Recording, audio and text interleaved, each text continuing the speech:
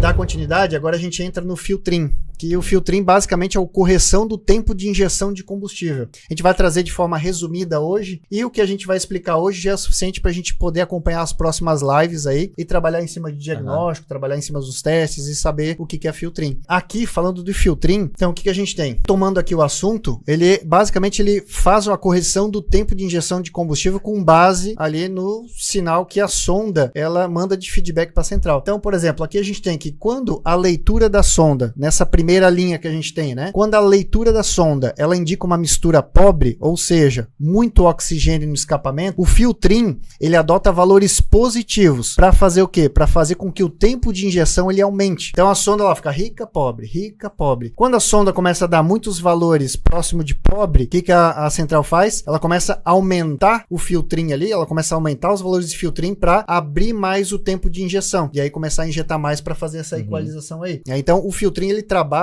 de forma oposta à leitura da sonda. Então, quando a mistura está pobre, o filtrim ele aumenta. Então, na linha de baixo, a gente pode ver ali também, quando a sonda identifica uma mistura rica, né, que ela manda para a central, o filtrim ele adota valores negativos, fazendo com que haja uma diminuição no tempo de injeção. Então, esses parâmetros ali, que a gente vai analisar mais para frente de filtrim, ele é muito utilizado para auxiliar o mecânico ali no direcionamento do diagnóstico, para auxiliar naquelas questões de dirigibilidade do veículo também que a gente comentou. Um outro fator importante que a gente até comenta nas lives de OBD, né, Stannis?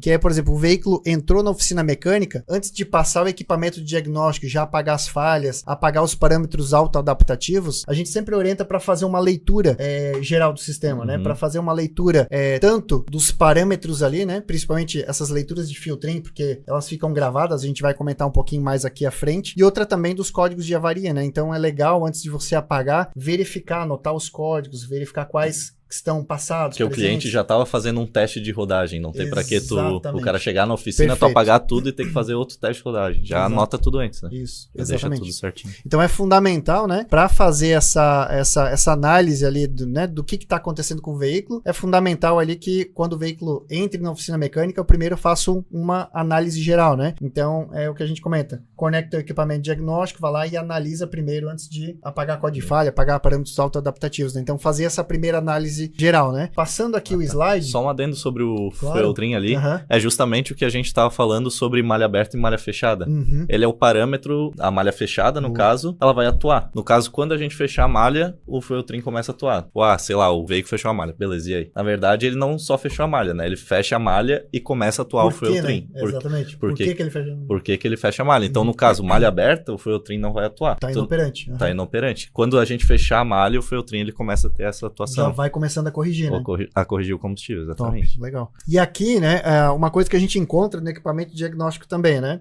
Então, a gente tem a correção de curto e longo prazo. Então, por exemplo, a gente tem ali em cima, né, Short Term Filtering, né, com a sigla STFT, que significa o ajuste de combustível de curto prazo. E embaixo ali a gente tem o Long Term Filtering, que é o LTFT. Ali é o ajuste de longo prazo. Então, qual que é a diferença desses dois aí? Basicamente, o Short Term Filtering, ele vai trabalhar em condições dinâmicas do motor. É o que está acontecendo em tempo real, é aquele ajuste em tempo real. No momento ali, né? Naquele momento. Exatamente. Naquele momento que aconteceu ali, já vai atualizando, ele já vai se adaptando com aquele, com o que está acontecendo no momento. Mistura rica, mistura pobre, ele já vai se adaptando naquele momento que vai acontecendo. É muito dinâmico, muito rápido, né? Já o Long Term Filtering é o aprendizado de longo prazo que o sistema vai fazendo. Então, por exemplo, se eu tenho o Short Term Filtering, ele trabalhando em valores muito positivos ou muito negativos, ele vai começar a repassar esses valores positivos ou negativos do Short Term Filtering pro Long Term Filtering, que é o ajuste de longo prazo. Então, uma característica do Short Term Filtering é que ele sempre vai trabalhar muito próximo do zero. Então, ele vai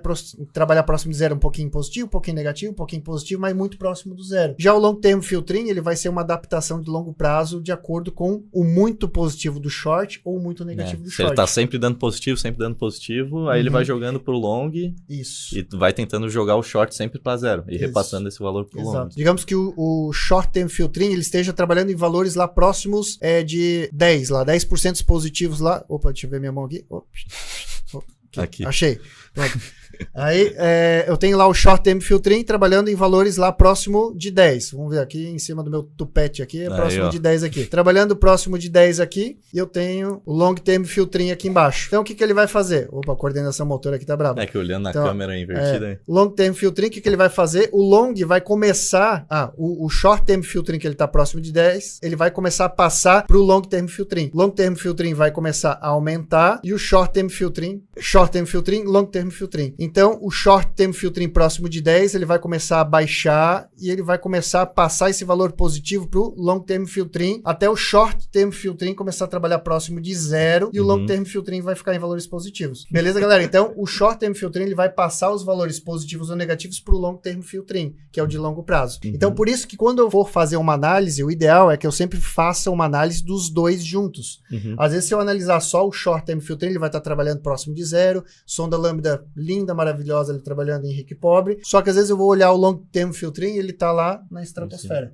Então, por isso que eu preciso fazer a análise dos dois juntos, né? Uma coisa dos dois também é que o long term, ele nunca vai variar rapidamente, abruptamente, né? Igual o short, ele pode variar do 0 ao 30 do nada, só que o long term não, ele é um aprendizado, então ele vai mudando aos poucos. É meio que como se fosse uma analogia do sinal da sonda pré e da pós. A pós é sempre um sinal mais estável, se tiver tudo bem com o catalisador, óbvio, mas ali a pré, ela sempre vai estar dando uma osciladinha, né? E até tem alguns casos que para fazer o aprendizado do long term filtering, muitos quilômetros rodados aí. E tem carro que demora muito para passar os valores de short term filtering pro long term filtering, né? Já tem veículos que é quase que instantâneo. Aqui o do mocap que a gente tem aqui atrás, ele passa até que rápido. Muito rápido. É bem rápido. Às vezes a gente simula alguma falha, alguma coisa, em questão de 1 minuto a 2 minutos ele já fez a equalização completa do short. Isso a gente vai mostrar para vocês depois. Isso, vai ficar mais fácil claro para visualizar, né? E um outro fator importante, pessoal, que a gente tem aqui também, que é extremamente importante, é quando você for fazer uma análise, né, do long e do short term filtering, o ideal é que você ande com o veículo, porque não só o veículo chegando na oficina, você fazendo análise, porque às vezes em marcha lenta, o long e o short term filtering, trabalhando numa determinada carga do motor, numa determinada rotação, ele vai pegar uma célula lá na memória da central e vai trabalhar dentro daquela célula lá. Mas às vezes você rodando com o carro e pegando células diferentes dentro do mapa de injeção, cargas do motor diferente, vai aparecer algum problema que em marcha lenta não aparecia, né? Que é aquele cliente, por exemplo, meu carro tá consumindo demais, então às vezes eu preciso andar com o carro, mudar os mapas de injeção, mudar as células de consulta ali para ter o tempo de injeção correto dentro de cada mapa ali, para fazer o monitoramento do long e do short term filtering. Então por isso que o ideal é eu andar, né, em velocidade cruzeiro, andar nas condições todas as que o cliente condições usa. Possíveis, Exatamente. É muito comum o carro tá funcionando ok em marcha lenta, acelerando parado ali sem carga, beleza, mas põe uma carga, o carro já começa a cabeçar, já começa a focar, então... Exatamente. Às vezes um problema no combustível, um problema na admissão, alguma coisa que em marcha lenta não é perceptível. Não aparece por causa da carga. Exatamente. Já você andando com ele ou determinadas solicitações de carga, esse defeito já é mais...